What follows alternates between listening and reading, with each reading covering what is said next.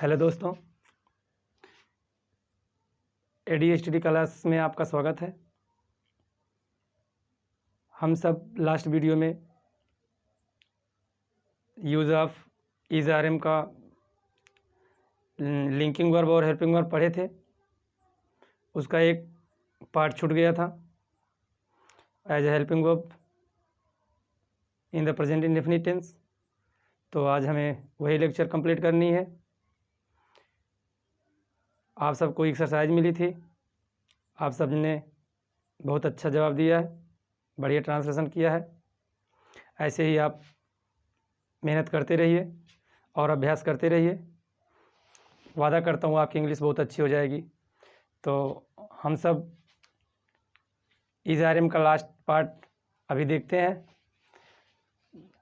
हमने पढ़ा है first number use of is are am का as a linking verb,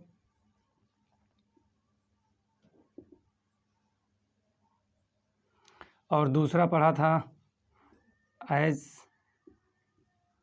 a helping verb.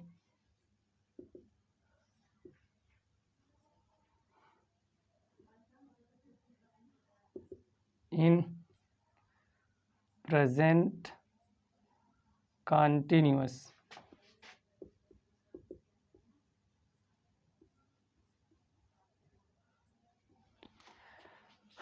तीसरा पार्ट इसका हम पढ़ेंगे as a helping verb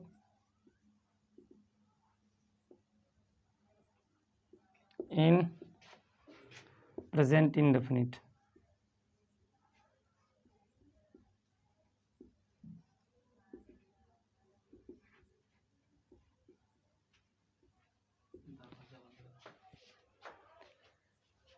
present indefinite में हेल्पिंग वर्ब के रूप में यूज किया जाता है डज डू का, लेकिन प्रेजेंट इंडेफिनिट टेंस में इज़ आर एम का भी हम यूज करेंगे हेल्पिंग वर्ब के रूप में। तो दोस्तों, हमको पता है, हम सबको पता है प्रेजेंट इंडेफिनिट टेंस में हेल्पिंग वर्ब के रूप में डज डू का यूज किया जाता है, लेकिन प्रेजेंट इंडेफिनिट टेंस में इज़ आर एम का हेल्पिंग वर्ब के रूप में प्रयोग किया जाता है, और उसका यूज हम प्रेजेंट इंडेफिनिट टेंस की पैसिव वॉइस में करते हैं। इसका स्ट्रक्चर होता है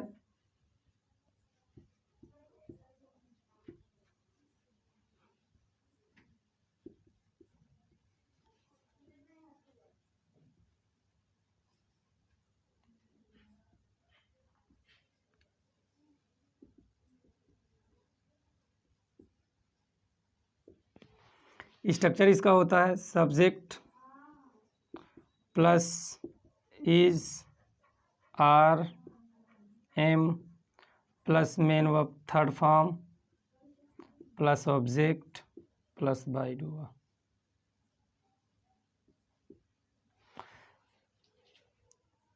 दोस्तों, प्रेजेंट इंडेफिनिट टेंस की एक्टिव में डज डू का यूज होता है और पैसिव में इज़ आर एम का।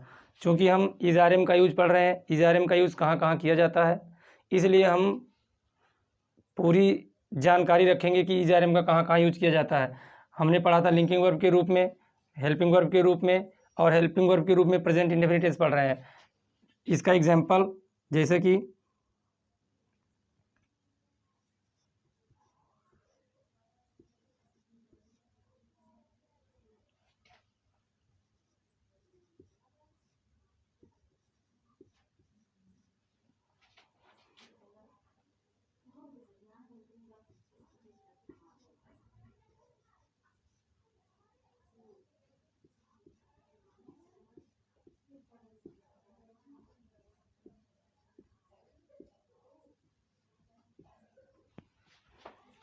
आज, मतलब आज के दिन, हम इसको आज बोल सकते हैं, आज के दिन भी बोल सकते हैं। आज हमको कुछ नहीं दिया जाता है, मतलब आज के दिन, इस दिन हमको कुछ नहीं दिया जाता है। देने का काम हो रहा है, और किसको दिया जाता है? हम सबको दिया जाता है। यहाँ वाला सब्जेक्ट जिसको हमने नोट किया है, ये कार्य नहीं कर रहा है, कार्य किसी और के द्वारा हो रहा है। जब कार्य किसी और के द्वारा होता है तो उसको पैसिव वॉइस के अंतर्गत ट्रांसलेशन करते हैं। पहले लिखेंगे सब्जेक्ट। सब्जेक्ट हम हमेशा पैसिव वॉइस में किसको से पूछते हैं, किसको कुछ नहीं दिया जाता आज के दिन, तो लिखेंगे वी।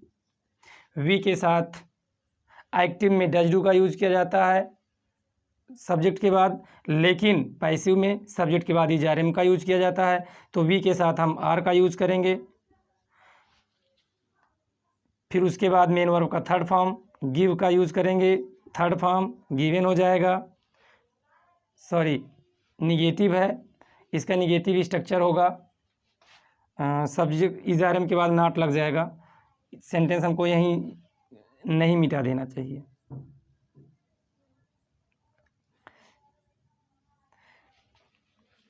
आज हमको कुछ दिया जाता है, we are given something today.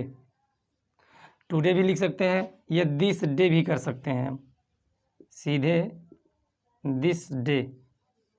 आज के दिन हमको कुछ दिया जाता है। और एग्जाम्पल जैसे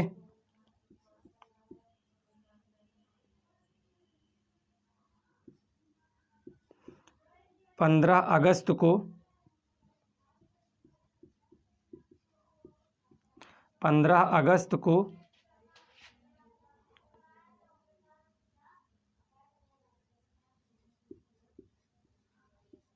झंडा फहराया जाता है।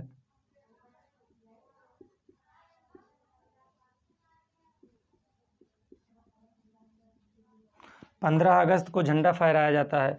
फहराने का काम हो रहा है, और कौन फहराया जाता है, झंडा फहराया जाता है। झंडा हमारा सब्जेक्ट है, किसको फहराया जाता है, झंडे को फहराया जाता है। लेकिन फहराने का काम झंडा खुद नहीं करेगा, कार्य कोई और करेगा, तो ये सेंटेंस भी हमारा पैसिव होगा। तो पैसिव का ट्रांसलेशन अलग प्रक्रिया से की जाती है और एक्टिव का ट्रांसलेशन अलग प्रक्रिया से की जाती है।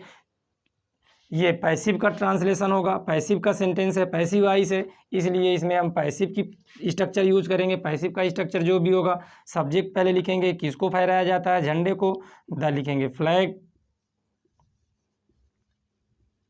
फ्लैग हमारा सिंगुलर है, तो हमने पहले वीडियो में चर्चा कर लिया। जिन लोगों ने भी पहला वीडियो नहीं देखा है वो पहले की वीडियो जाकर देख लें, ताकि उनको ये पता हो जाए कि किसके साथ हम इज का यूज़ करते हैं, किसके साथ आर का यूज़ करते हैं और किसके साथ एम का यूज़ करते हैं। तो दोस्तों, अगर आप अभी डायरेक्ट इस वीडियो को देख रहे हैं तो इसके पहले आप पहले वाला वीडियो ज़रूर देखें, ताकि आपको पता चल सके। तो फ्लैग सिंगुलर है, सिंगुलर के साथ हमको यूज़ करना है क्या, इज का यूज़ करेंगे।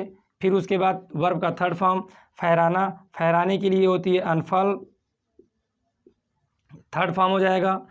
कब फहराया जाता है, 15 अगस्त को, ऑन 15 अगस्त। दोस्तों, ये तो प्रेजेंट इंडेफिनिट टेंस की पैसिव का अफर्मेटिव असर्टिव है। निगेटिव असर्टिव का भी स्ट्रक्चर इसी प्रकार से बनेगा, इज आर एम के बाद नॉट लग जाएगा। आप इसका स्क्रीनशॉट ले लीजिए, इसके आगे का स्ट्रक्चर देखते हैं। स्क्रीनशॉट ले लिए।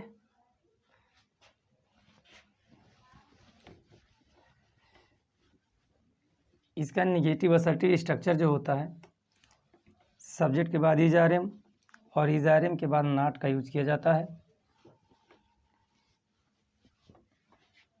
इज आर एम को हम सब्जेक्ट के अनुसार ही लिखेंगे। Subject is are am plus not plus main verb third form plus object by doer.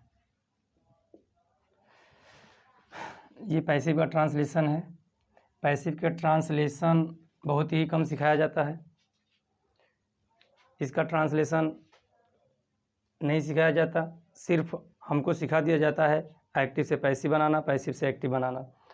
तो हम इसको बहुत ही समझकर जो है ट्रांसलेशन करेंगे। यदि हमको पैसिव का ट्रांसलेशन करना आ गया तो कितना भी बड़ा सेंटेंस होगा, ट्रांसलेशन करने में प्रॉब्लम नहीं होगी। तो इसका एग्जांपल देखते हैं।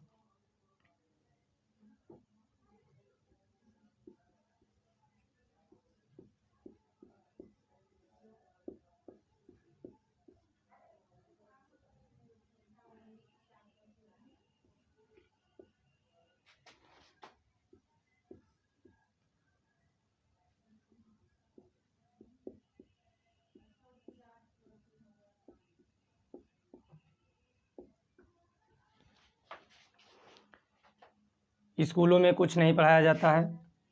काम किसका हो रहा है? पढ़ाने का।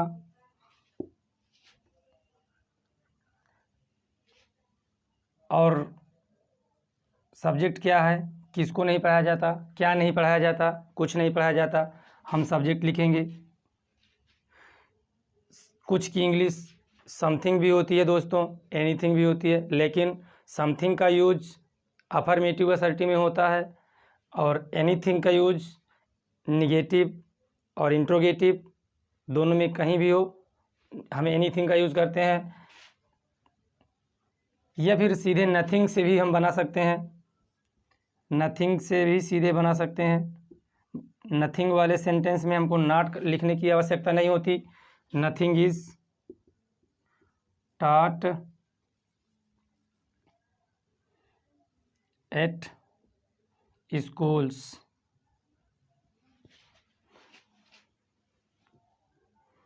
इस तरह भी लिख सकते हैं, anything is not taught at schools।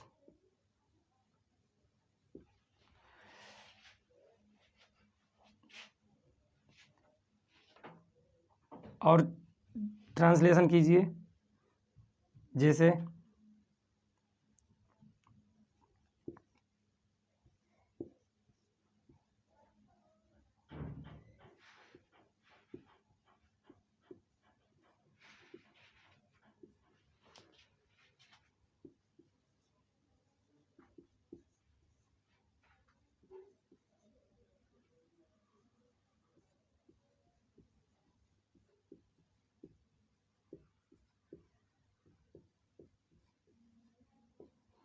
मेरे जन्म दिवस पर मुझे कुछ नहीं दिया जाता है। कार्य वही हो रहा है देने का। और किसको नहीं दिया जाता है? मुझे। तो देने का काम मुझे नहीं करता, कोई और कर रहा है। इसलिए ये किस फॉर्म में है? पैसिव फॉर्म में है। हम हमेशा देखेंगे कि यहाँ पर मिलने वाला सब्जेक्ट जो होगा, यदि वो काम नहीं करेगा तो सेंटेंस हमारा पैसिव ही होगा। तो दोस्तों हम सबसे पहले सब्जेक्ट लिखेंगे। सब्जेक्ट किस पैसिव वाइस में किससे पूछा जाता है? किसको, किसे या फिर क्या से। तो किसको नहीं दिया जाता है? मुझे। मुझे की इंग्लिश लिख लीजिए आई। पैसिव है इसलिए हम इज आर एम का यूज़ करेंगे। अगर एक्टिव होता तो डज डू सब्जेक्ट के अनुसार यूज़ कर लेते। तो आई के साथ हम एम लिखेंगे।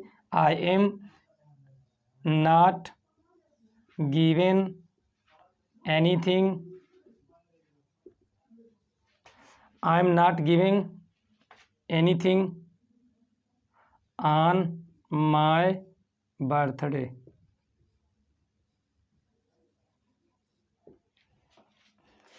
दोस्तों ये प्रेजेंट इंडेफिनिट टेंस की पैसिव का निगेटिव असर्टिव का स्ट्रक्चर है। इसी प्रकार से इन्वर्टेड होगा, क्वेश्चन से क्वेश्चन वर्ड होगा।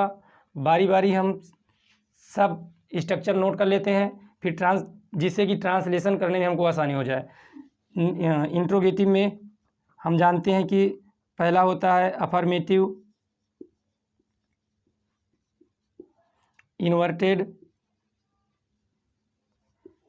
इसको बनाने के लिए वर्ब को पहले लाएंगे। यदि हेल्पिंग वर्ब है तो हेल्पिंग वर्ब को पहले लाएंगे। हेल्पिंग वर्ब इसमें इज आर एम है। इज आर एम को हम पहले लिखेंगे, फिर उसके बाद सब्जेक्ट लिखेंगे, फिर मेन वर्ब का थर्ड फॉर्म लिखेंगे, फिर उसके बाद object by डूगा।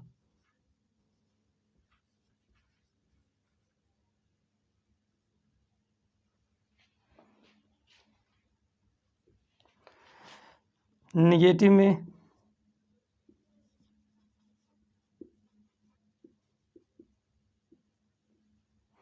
Negative inverted, subject के बाद हमको नॉट लगाना है। बाकी का सेम स्ट्रक्चर रहेगा।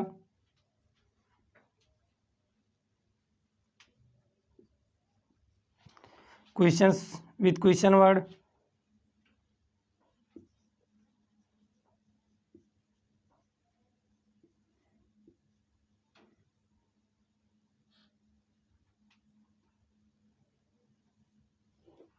इसका भी अफर्मेटिव और निगेटिव होगा। स्क्रीनशॉट ले लीजिए, फिर ऊपर लिखते हैं।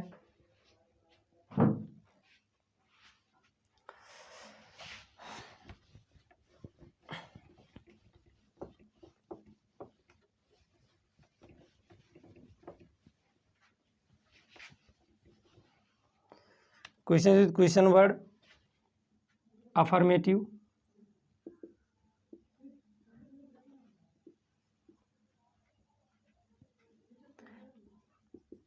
पहला what, how, where, when, why plus is, are, am plus subject plus object by doer. Question mark होगा यहाँ पे बी वाले में।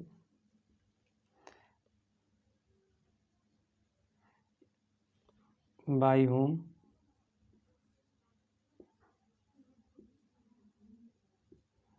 Plus is, are, am, sorry यहाँ पे थर्ड फॉर्म लिखनी थी, थर्ड फॉर्म नहीं लिखे।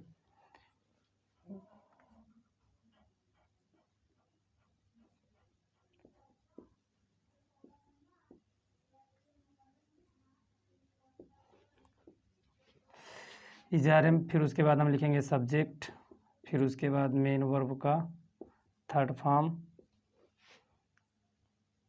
फिर object plus by doer question mark. और तीसरा बनेगा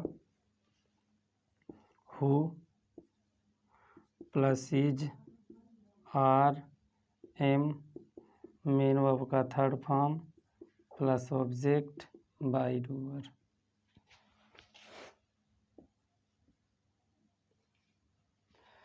इसमें बाई डूअर नहीं होगा, होम वाले में बाई होम पहले लिख लिया जाता है। तो अब सेम इसी प्रकार से इसका निगेटिव बनाएंगे। निगेटिव में सब्जेक्ट के बाद नॉट लग जाएगा, बस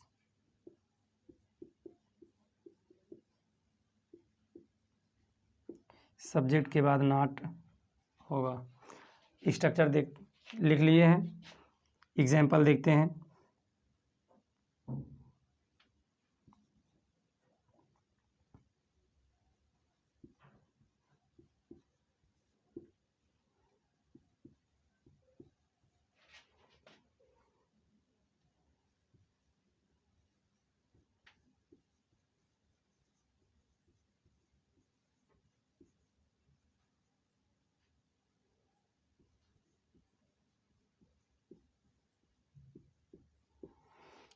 कह रहा है बालकों को कब स्कूल भेजा जाता है। यहाँ पे एक वर्क हो रहा है भेजने का, और सब्जेक्ट है हमारा बालक, यानी भेजने का काम बालकों को खुद भेजा जा रहा है, बल्कि बालक नहीं भेज रहे हैं। तो हमने यही सीखा है कि मौजूद सब्जेक्ट अगर काम ना करे, काम किसी और के द्वारा हो, तो हम उसको पैसिव वॉइस के नियम से ट्रांसलेट करते हैं। अब चूँकि इंट्रोगेटिव है, इंट्रोगेटिव में कब आया है तो हमको कब की इंग्लिश पहले लिखनी है। कब, व्हेन मीन्स कब होता है। हम सबसे पहले व्हेन नोट करेंगे। व्हेन नोट करने के बाद ही जा रहे हम में से कोई एक, पहले तो हमको तय करना है कि सब्जेक्ट हमारा क्या है। बालकों प्लूरल नाउन है, बहुवचन है, तो बहुवचन के साथ हम आर का यूज करते हैं। आर हो जाएगा बालकों boys, when are boys subject हो गया। मेन वर्ब का थर्ड फॉर्म सेंड मीन्स भेजना होता है, तो सेंड का थर्ड फॉर्म क्या होगा, सेंट हो जाएगा। When are boys sent to school question mark. इसी प्रकार से जिसकी हिंदी हमको मिलेगी उसी की इंग्लिश पहले नोट कर लेनी है, फिर उसके आगे प्रक्रिया जो भी होगा हम अपने स्ट्रक्चर के अनुसार ही नोट करेंगे। तो हमारा सेंटेंस जो है बिल्कुल परफेक्ट होगा, सही होगा, गलत नहीं होगा। नहीं तो सेंटेंस हमारा गलत हो जाएगा, फिर पूरी मेहनत बेकार हो जाएगी। तो दोस्तों स्ट्रक्चर के अनुसार ही हमको ट्रांसलेशन करना है, और इसीलिए हमने सारे स्ट्रक्चर नोट कर लिए हैं। आप स्ट्रक्चर पर ज़रूर ध्यान दीजिएगा, ये आपको ज़रूर याद होना चाहिए, नहीं तो सेंटेंस गड़बड़ हो जाएगा। अब और एग्जाम्पल लेते हैं।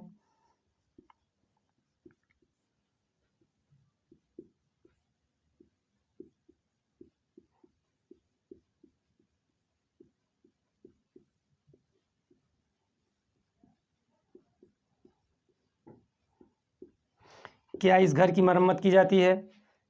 कोशिश कीजिए आप भी। इसका ट्रांसलेशन क्या होगा?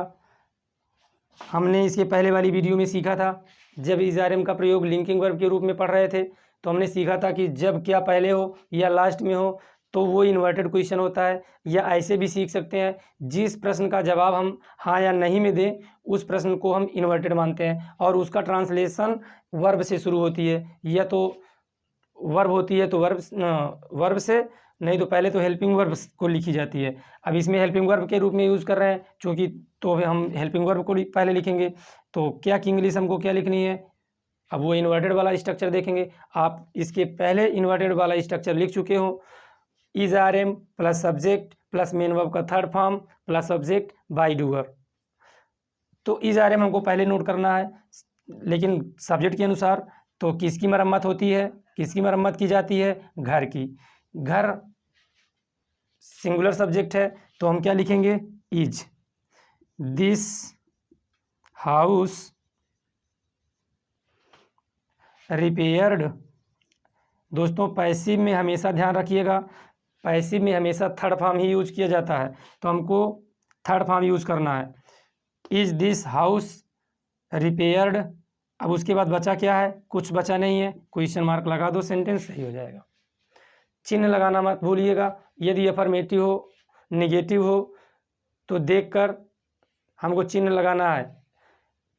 इन्वर्टेड होगा तो भी question, questions with question word होगा तो भी क्वेश्चन, असर्टिव होगा चाहे वो अफर्मेटिव का असर्टिव हो चाहे नेगेटिव का असर्टिव हो तो फुल स्टॉप लगाना है। हमको चिन्ह लगाना नहीं भूलना है, नहीं तो सेंटेंस हमारा गलत हो जाएगा। और जब भी चिन्ह के बाद अगर हम कुछ लिखते हैं तो भी वो कैपिटल लेटर से ही स्टार्ट किया जाता है। तो दोस्तों ये रहा आपका इज आर एम का यूज हेल्पिंग वर्ब के रूप में। हमने लास्ट वीडियो में देखा था इज आर एम का यूज दो तरीके से होता है, लिंकिंग वर्ब और हेल्पिंग वर्ब। लिंकिंग वर्ब में इसके साथ कंप्लीमेंट होता है, वो भी प्रेजेंट इंडेफिनिट टेंस ही होता है, लेकिन उसमें वर्क नहीं होता, वो लिंकिंग वर्ब होती है, सिचुएशन व्यक्त करती है, सब्जेक्ट को कंप्लीमेंट से जोड़ देती है। फिर उसके बाद हमने पढ़ा इज आर एम का यूज हेल्पिंग वर्ब के रूप में। तो इज आर एम का वर्ब यूज हेल्पिंग वर्ब के रूप में दो टेंसों में होता है, एक प्रेजेंट इंडेफिनिट टेंस में और दूसरा प्रेजेंट कंटीन्यूअस टेंस में। प्रेजेंट कंटीन्यूअस टेंस में हमने देखा एक्टिव और पैसिव दोनों बनता है। प्रेजेंट इंडेफिनिट टेंस में हमने देखा कि इज आर एम का सिर्फ और सिर्फ पैसिव में यूज किया जाता है। तो दोस्तों ये रहा इज आर एम का यूज। इसके आगे हम नेक्स्ट यूज पढ़ेंगे, ट्रांसलेशन का नेक्स्ट भाग पढ़ेंगे। तब तक के लिए आपसे हम लेते हैं विदा, और आप लोग बने रहिए। और विदा लेने से पहले हम आपको कुछ होमवर्क देंगे, नोट कर लीजिए। इसका पहले स्क्रीनशॉट लीजिए, फिर उसके बाद होमवर्क नोट करते हैं।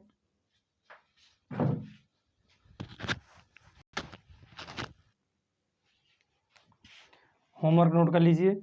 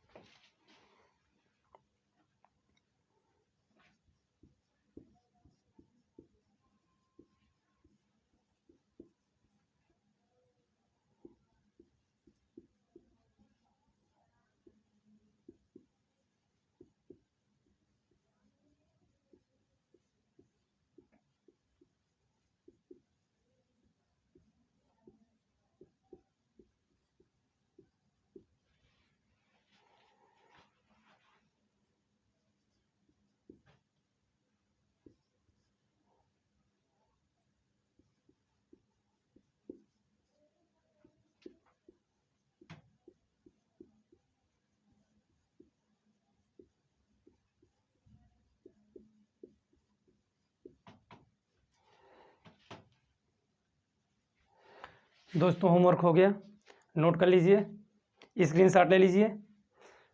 अब इसके आगे नेक्स्ट वीडियो नेक्स्ट लेक्चर में हम लोग देखेंगे। तब तक के लिए आपसे मैं विदा लेता हूँ और रिक्वेस्ट करता हूँ, इंग्लिश अच्छी करने के लिए आप हमारे साथ जुड़े रहिए, मेहनत करते रहिए और अपनी इंग्लिश को तेज़ करते रहिए। जय हिंद, जय भारत, धन्यवाद।